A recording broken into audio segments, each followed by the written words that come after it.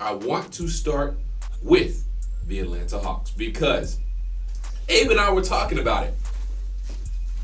They looked good and bad at the same time. I will explain. 2-0, obviously. 2 wins, both by double digits, as they defeated the Houston Rockets in their opening game on Wednesday, 117-107.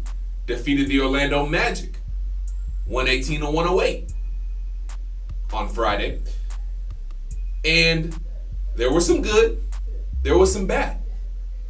But overall, like Abe was saying, I'm kind of impressed but unimpressed at the same time. This Hawks team has a lot of work to do, but they still looked very good in some areas. And still, with having a lot of work to do and you won by double digits in both games, that's a good sign. Now, I will go ahead and say this because some of you might think, well, they did only play the Houston Rockets and they did only play the Orlando Magic, Dylan. I understand that. I know those are 2 teams that are rebuilding and 2 young teams, 2 pretty inexperienced teams when it comes to years in the NBA. I understand all of that.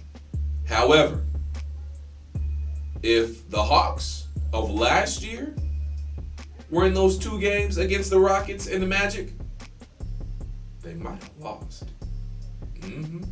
They just might have lost those games. But this Atlanta Hawks team still doing, even though it's early, even though there's a lot of room for improvement, they did what they were supposed to do. How did they do what they were supposed to do? I'm going to tell you. The main thing is, to me, they're turning their defense, their good defense, into offense. The defense wasn't very good last year. So your defense didn't turn into any offense a lot of times. But listen to this. In Wednesday's game against the Houston Rockets, 28 fast break points. The Rockets, only 10. So 28-10, you won the fast break margin on Wednesday. On Friday against the Magic, 26 fast break points. The Magic, only 8. Now, you might be wondering, you might be asking yourself, why is that important? Okay, they got on the fast break. Why is that important, Dylan? It's important because the reason they're getting fast breaks and how they're getting fast breaks is because they are playing good defense, getting good stops, forcing bad shots by the opposition. You're getting long rebounds. You're kicking out to Trae Young, Dejounte Murray. You're getting out on the break. You're getting easy buckets. Good defense is turning into good offense. And when, not even just an NBA team, when any basketball team can do that, you will be successful. So if this keeps going for the Atlanta Hawks and they make the adjustments and get better in the areas they need to get better in, like Trae Young obviously needed to shoot better and become more efficient. And, part of that's on Dejounte too. Rebounding the ball better because they haven't rebounded the ball very well. If they can keep up what I just told you when it comes to the fast break numbers, turning defense into offense, Trae Young becomes more efficient. Maybe he tightens up his shot selection just a little bit. And I've said this time and time again. Those long three-pointers that he takes early in the shot clock, they're great. If he makes them, gives you so much momentum, gets the crowd into it if you're at home, demoralizes the crowd if you're on the road. But if he misses, it's like a turnover. And it just makes you, oh, Trae, why'd you take that shot? It's one of those, oh, why'd you take that shot if it misses? But, oh, okay, I'll take it if it goes in. But let's be clear, that's not a good shot. But it's Trae Young, so that's part of his game. That's part of the reason that makes him dynamic. That's part of the reason defenses have to come up and check him at half court because he's liable to pull from there and make it from there if you give him enough space and give him enough time to shoot it. So you take the good with the bad when it comes to that. I also want to talk about the start the Atlanta Hawks can make. And again, Abe teased this a little bit as well because he knew I was going to get into it. He said 13-3. I'm going to build upon that. I think the Hawks could legit start 15-5. Now, I think that's not the best case scenario, because out of the first 20 games, best case scenario would be 20-0. However, I think realistically, this team could legit go 20-5 if they are at the top of their game. Now, we're gonna find out a week from tonight when they play the Milwaukee Bucks, because again, first two games were against two teams that are rebuilding and are young and are inexperienced in the Rockets and the Magic. You got Charlotte tomorrow, who you should take care of, and you can hear that right here on Sports Radio 92.9 The Game, the Atlanta Hawks Radio Network. Wednesday, you got Detroit. Friday, you got Detroit. Again, I said it while we were doing the crossover with ATL. Detroit is good now. Don't sleep on Detroit. They added some dudes. Bojan Bogdanovic, not Bogey. Bogey's here. But they got Bojan. They got the other Bogdanovic from Utah.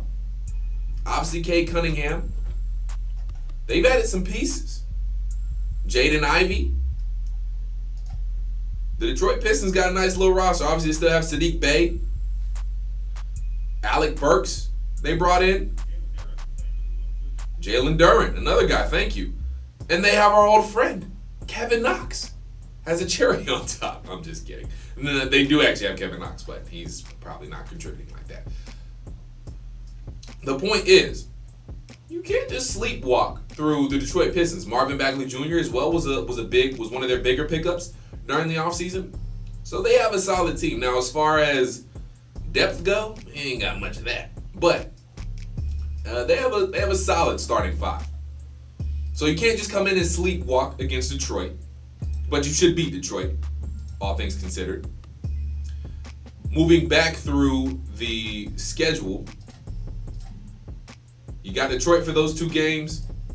And then after that, starts to get a little real. You got Milwaukee. That's the game you're really going to find out. It's going to be a measuring stick game. Okay, we started off this season well because, again, we should beat Charlotte. We should beat Detroit in both of those games. So let's say we win all the games leading up to next week against Milwaukee. You're 5-0. All right, you're 5-0. Played okay teams, but not super quality teams. Find out what this season really could be, and just exactly how special this season could be when you play Milwaukee Saturday, October 29th at 8 p.m. right here on the Atlanta Hawks Radio Network. Got to get that in there. And then you got Toronto, who will be another solid team. New York, who obviously added Jalen Brunson to the fold. New Orleans, who blew out the Brooklyn Nets in their opener. They've looked solid so far. Zion looked good. Milwaukee again, Utah, then Philly for 2 straight games. Milwaukee again, Boston, Toronto, Cleveland. Starts to heat up after the first 5 games. So we're going to find out. So you start off 5-0. That Milwaukee game, I think we'll find out just how special this Atlanta Hawks team and this Atlanta Hawks season could be. But I like what I'm seeing so far as the defense. The defense intensity has ratcheted up.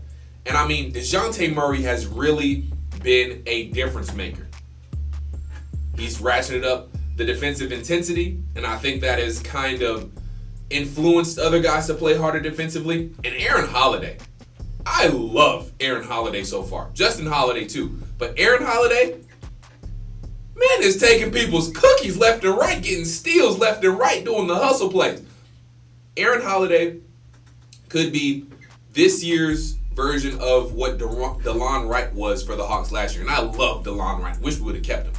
But Aaron Holiday, maybe a little bit better offensively. And he seems just as good defensively. Not the big body that DeLon Wright was, but I like Aaron Holiday so far. So we got some good defensive pieces. Dejounte Murray, I think his defensive intensity is being infectious on the rest of the Atlanta Hawks.